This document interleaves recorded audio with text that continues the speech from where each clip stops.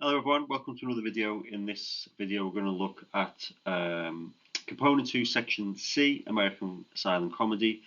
This is for the WJEC EDUQAS Film Studies A Level, Paper 2, and this video is going to look at social context for Buster Keaton's 4 films. 1 week, The Scarecrow, The High Sign, and Cops. So this is a question that has come up before, and if social or cultural context comes up in the exam, it's going to be something quite similar to this. So discuss how far your chosen film or films reflect cultural context associated with a particular film movement. So once again, our particular film movement for this video and this essay is American Silent Comedy. Our filmmaker is Buster Keaton, and his 4 films are The Scarecrow, A High Sign, 1 Week, and Cops. Okay, so we're going to run through some background on American Silent Comedy very quickly, and then we're going to look at 3 main contextual or cultural areas that are reflected in Keaton's work, and then we're just going to break down each one of those. And then what we're not going to do is analyze each of the 4 films together. This video is a shorter video that just looks at the cultural and contextual issues, but there are some bullet points and a sample essay at the end of the video. So at the end of the video, I'll just leave them on the screen without commentary for you to read and make notes. Obviously, you can pause and screenshot that information. Okay, so cinema began as something called cinema attractions, short film sequences that rejected narrative in favor of sensation. Cinema attraction were visual spectacles, not narrative cinema, and they existed to titillate people and offer cheap thrills. So in cinema attraction, we find things like visual spectacle, stunts, slapstick, chase sequences, statics, fixed frames. But in the 2 reelers of Keaton, we do find that, but we also find a narrative. We have extended sequences. We have much more complex stories and relatable issues. So Keaton's work is a development of cinema attractions, but they've added narrative, and it allows them to basically address and reflect some of the cultural issues and contextual issues that are happening in American society. Okay, so there are 3 main contextual or culturally contextual issues I'm going to look at in this PowerPoint. And as I've said in previous videos, these videos and these studies of film are not comprehensive.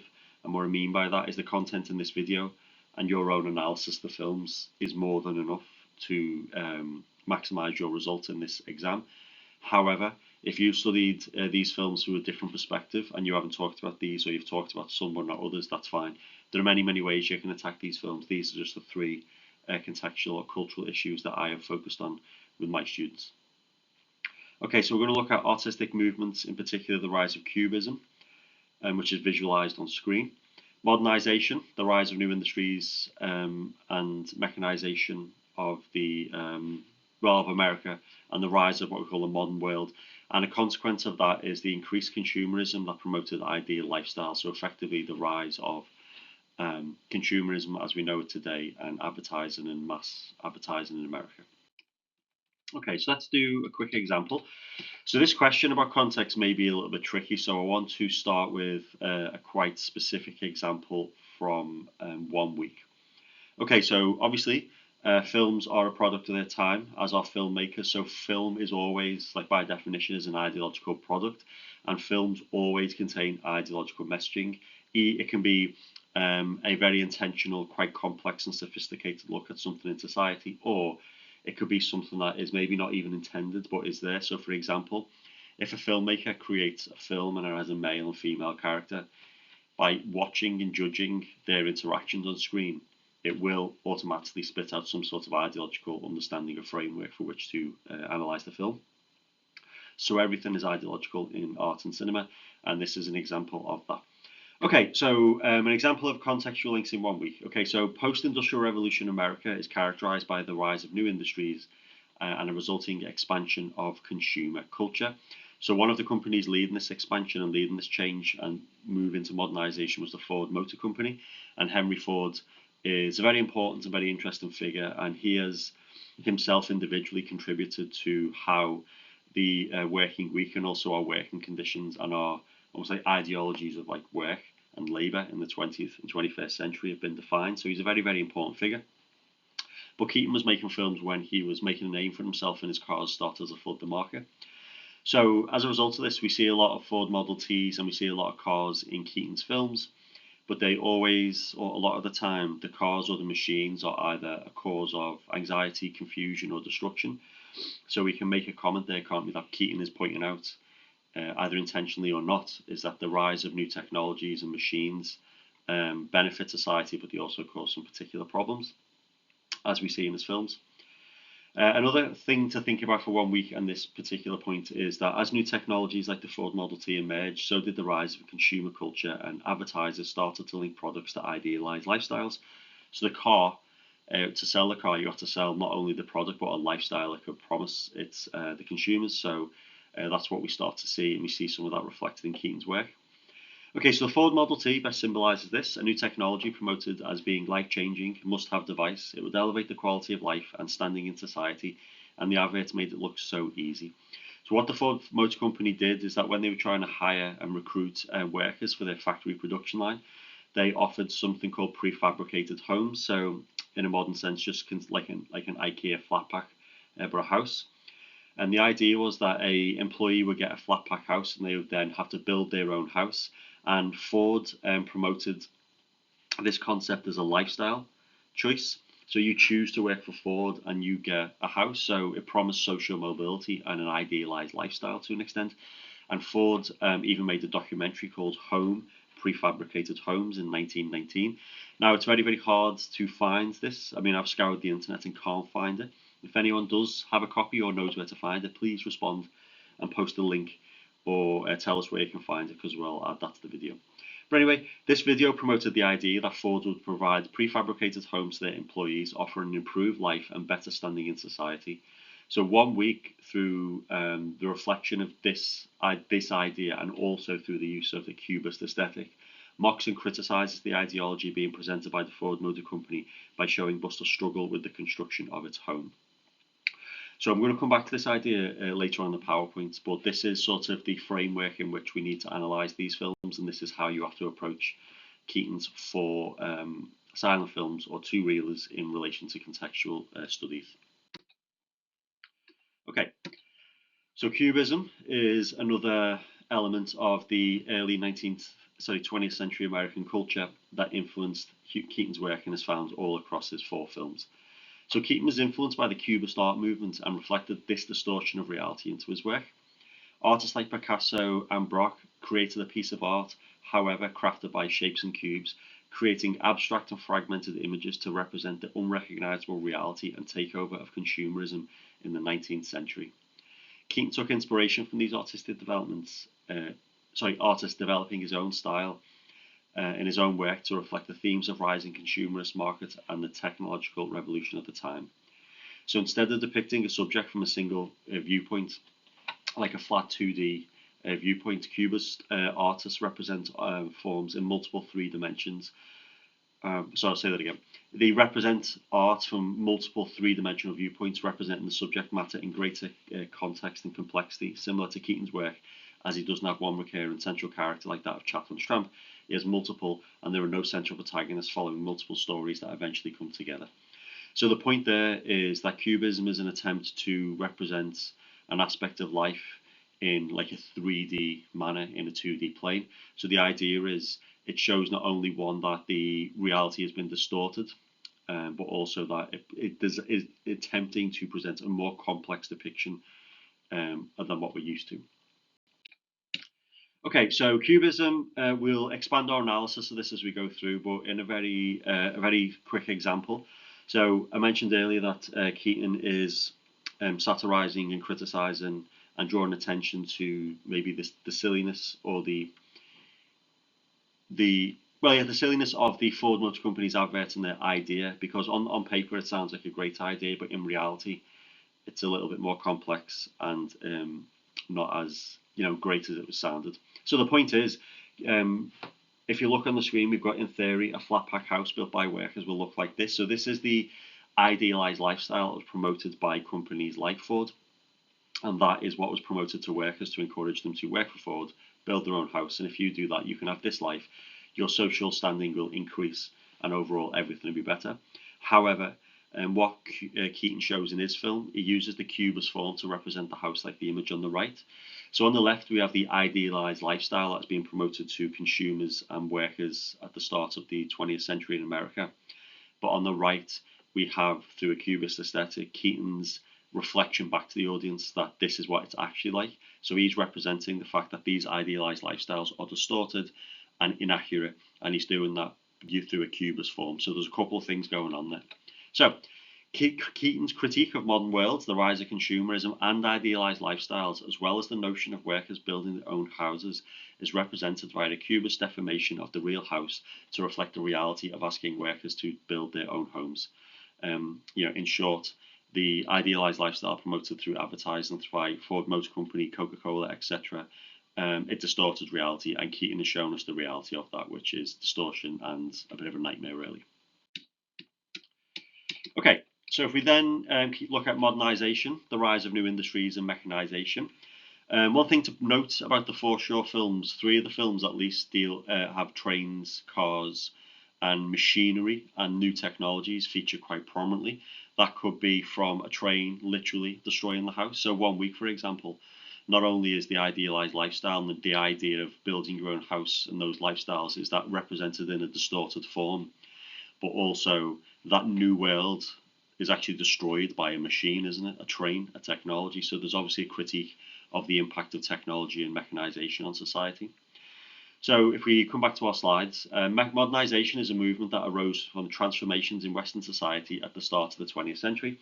It marks a break with convention from 19th century realism in favor of experimentation with different artistic mediums.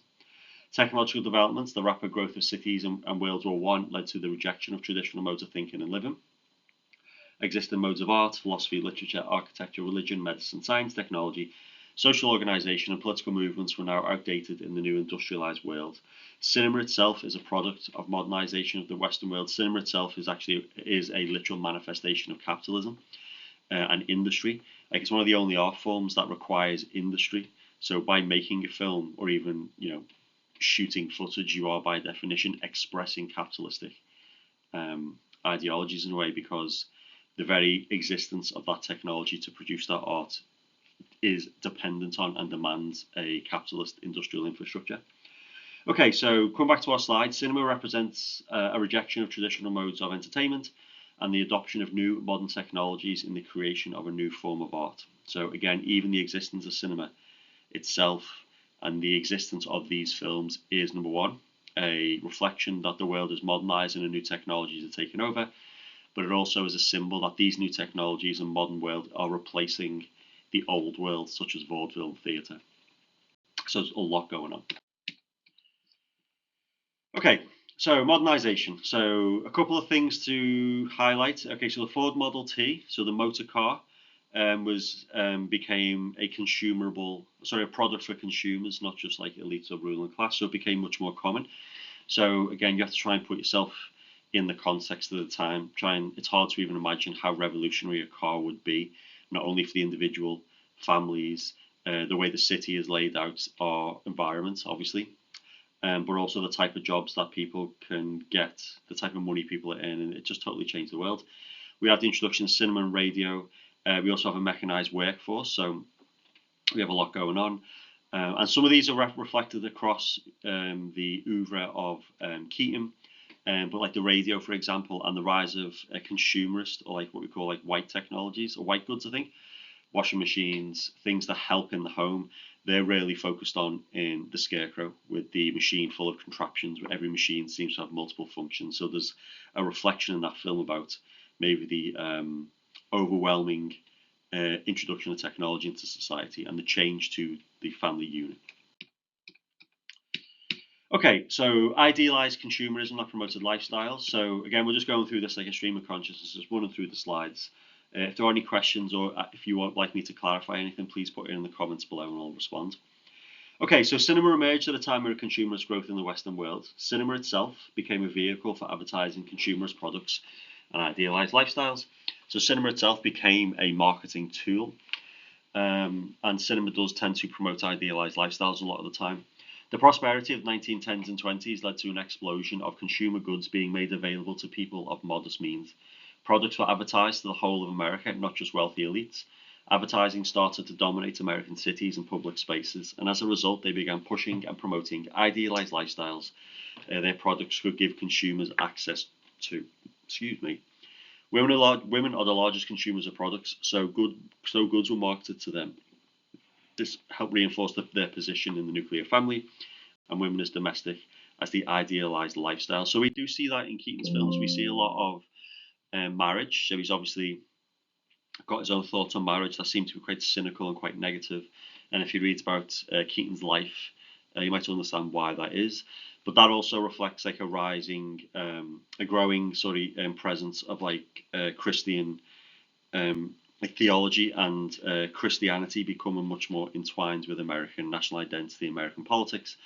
So Keaton is very aware of that. And if you think about your own knowledge of film history, you know, history is not like this. It's not like little tiny compartmentalized ideas. It's one long story. Everything connects. So this reflection in Keaton's work of like a distaste of marriage and the over promotion of like marriage like as a religious institution, he's pushing back against that rise of those ideas, which would ultimately lead to the Hays Code, effectively. So it's all one big cultural understanding. Okay. Anyway, so that's a brief rundown of 3 of the contextual cultural issues that found across Keaton's work. So I haven't gone through an analysis of the films, as I've said, because that's something that, you know, there's the context, there's the knowledge, but the understanding of this needs to come from you, the student, so you need to analyse this stuff. I'll also point out that we haven't addressed the Roscoe Arbuckle case and cops in this video. When I teach that, I do that as a sort of standalone thing, and it's not included in this PowerPoint, but a quick rundown if you're not aware. So Roscoe Fatty Arbuckle was a mentor to Keaton, and he was one of the pioneers of American silent comedy. Very, very successful. He gave Keaton his first role in the industry, along with Mac. They both came up under Mac Sennett, basically. And then Keaton grew his own star. And as that was happening, Roscoe Arbuckle was caught up in an awful trial. A young actress called Virginia Rappe was found dead in his hotel room after a party. Now, the original charges were that of murder against Arbuckle. It's a very, very murky, very, very sordid case, but effectively Arbuckle's career was destroyed by the media, the Hollywood press, and the public sort of believed what was told. The reality is Arbuckle went through 3 trials and he was not guilty. He was not guilty at all. In fact, the case of Virginia Rappe was very, very sad and tragic. She seemed to succumb to wounds that she were the consequence of abuse earlier in life, and Arbuckle was completely innocent, it seems. So the point was, though, is that his career was over, and no matter what, he'd been tried in the public via the media, and he was deemed guilty, or at least, it's that, but there's no smoke without fire mentality. So this happened, and Keaton was one of the few supporters of Arbuckle, and Keaton kept him employed, provided financial support, so he was a real friend to Arbuckle. And as a result, Keaton started to grow some anti-police thoughts of his own. He didn't really like how the police and the media treated Arbuckle, so he made Cops. Okay, so Cops is probably the one film that is the most direct and explicit reflection of contextual and cultural issues of the time. So if you're doing this essay, Cops and 1 Week primarily should be your films with references to the other 2. So in the film Cops, for example, the police are shown to be completely incompetent and foolish and corrupt. Now, there's a couple of contextual points. Number 1, that links to Max Sennett's Keystone Cops and the Keystone Studio, and that's really the birth of American silent comedy. It's where Keaton and a lot of the silent clowns, as they're called, and also like cast and crew in that era got their start. So 1, it's a reflection to an earlier mode of film and representation of police that were found in Keystone Cops, but it also is used to reflect Keaton's distaste and critique of the police force in its handling of Arbuckle's case. And the most overt, I think, of the 4 films, the most overt reference to a cultural contextual issue is the end of the film, where Keaton locks himself in the police station with the police, and then we cut to a gravestone of a comedian. So the clear message there is, and at the end of the film, is these cops murder murdered an American comedian. So it's a clear reference to the destruction of Arbuckle's career by these trials and the American police force at the time. So you've got that in cops as well. Post World War One, we have a rise of anarchism, the rise of gangs, which would ultimately lead to the rise of the mafia, prohibition, etc. So we have a rise of gangs. So in cops, effectively, one of the parallel narratives or other side narratives is an anarchist gang trying to kill the police. So we have a rise. The film also reflects that. It's a really built-up city. There's a couple of shots in cops, and it's interesting that that's the later of the four films. That he's in a really, really, really congested city in Los Angeles, and really, really busy. But if you look at his earlier films, he's driving around like in 1 week, for example, and it's like a barren land. It's like countrysides, but that's Hollywood. That's LA. That would later become Hollywood. So even in the space of those 4 years, we see a quite literal representation of how the modern world is literally growing and developing in the back of these films. So there's loads going on. These aren't just like silly films with spooky characters running around doing silly slapstick gags. These are quite sophisticated ideological products when you break them down. So please read the notes that are going to come up in a few minutes, because what you'll see in a second, there are bullet points for each of the four films that link to some of the things I've talked about. And at the end, there is a complete sample answer that was graded as an A grade. So I'm going to stop talking. I'm going to remove my video. And for the next couple of minutes, I'm just going to flick through the other content. Now, it probably won't be on screen long enough to read, but please pause it, make notes, and this essay should provide you everything you need to write a pretty solid essay for American silent cinema. Cultural contexts. So there you go. Thanks for listening, and make sure you subscribe to the channel and pay attention, because there's going to be a lot more revision videos coming out in the next few weeks. Okay.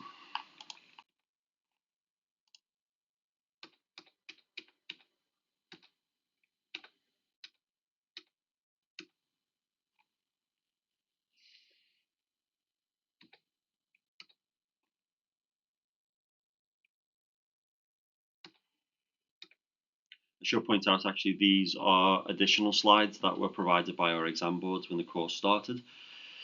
I just found these, actually, and one thing that should give you confidence about the content in this video is that what we do as with our students, it is reflected in the exam boards guidance. That's pretty encouraging.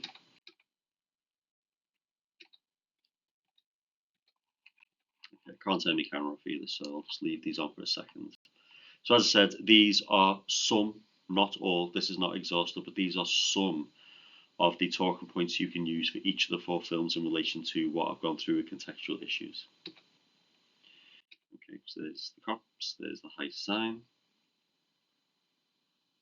So as it says, disillusionment by ex-soldiers builds on rise of gangs. The film's about the rise of gangs, so he's reflecting that.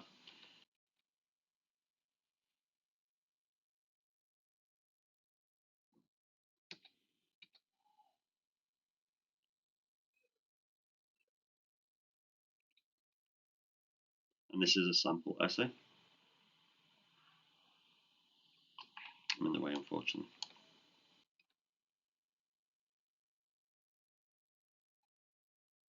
Okay, so hopefully that helps. As I said, if you've got any questions or you need anything else, or if anyone would like to request any videos, just put a comment below. But if not, I'll see you next time.